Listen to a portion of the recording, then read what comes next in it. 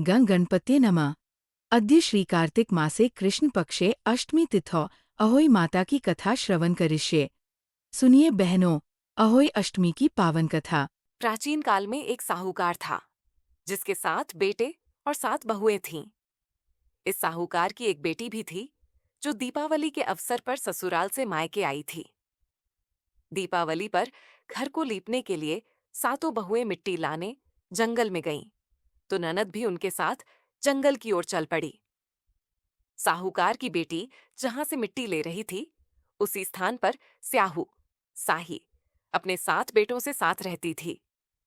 मिट्टी खोदते हुए गलती से साहूकार की बेटी की खुरपी से स्याहू का एक बच्चा मर गया। स्याहू इस पर क्रोधित होकर बोली, मैं तुम्हारी कोख बांधूंगी।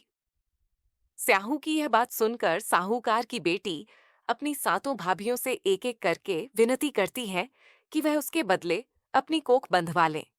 सबसे छोटी भाभी ननद के बदले अपनी कोख बंधवाने के लिए तैयार हो जाती है। इसके बाद छोटी भाभी के जो भी बच्चे थे, वह सभी 7 दिन बाद मर जाते हैं। 7 पुत्रों की इस प्रकार मृत्यु होने के बाद उसने पंडित को बुलवाकर इसका कारण पूछा। पंडित ने सुरही गाय की सेवा करने की सलाह दी। सुरही सेवा से प्रसन्न होती है और उसे स्याहू के पास ले जाती है। रास्ते में थक जाने पर दोनों आराम करने लगते हैं। अचानक साहूकार की छोटी बहू की नजर एक ओर जाती है। वह देखती है कि एक सांप गरुड़ पंखनी के बच्चे को डंसने जा रहा है और इसीलिए वह सांप को मार देती है।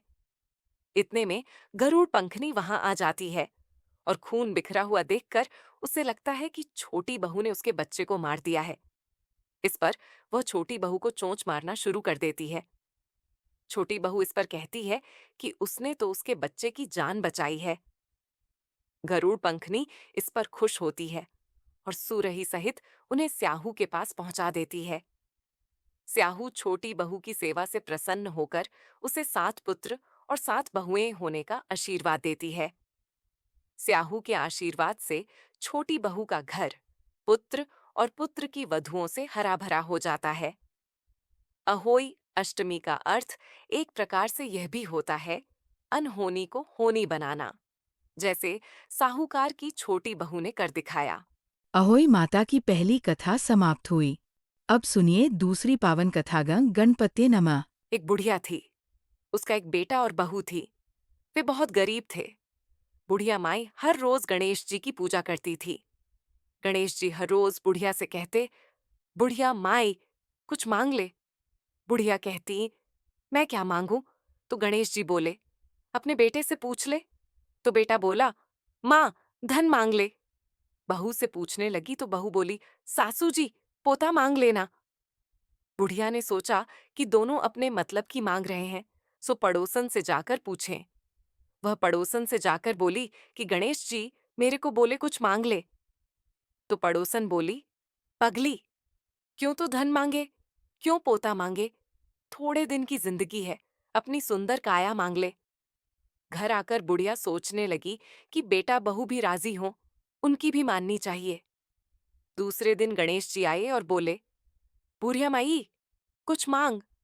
बुढ़िया ने कहा, मुझे सुंदर काया दे, सोने के कटोरे में पोते को दूध पीता देखूं। अमर सुहाग दे, निरोगी काया दे, भाई दे, भतीजे दे, सारा परिवार दे, सुख दे, मोक्ष दे। गणेश जी ने कहा, बुढ़िया माई तूने तो मुझे ठग लिया, सब कुछ मांग लिया। अब जैसा बोला है वैसा ही हो जाएगा। और गणेश जी अंतर्ध्यान हो गए।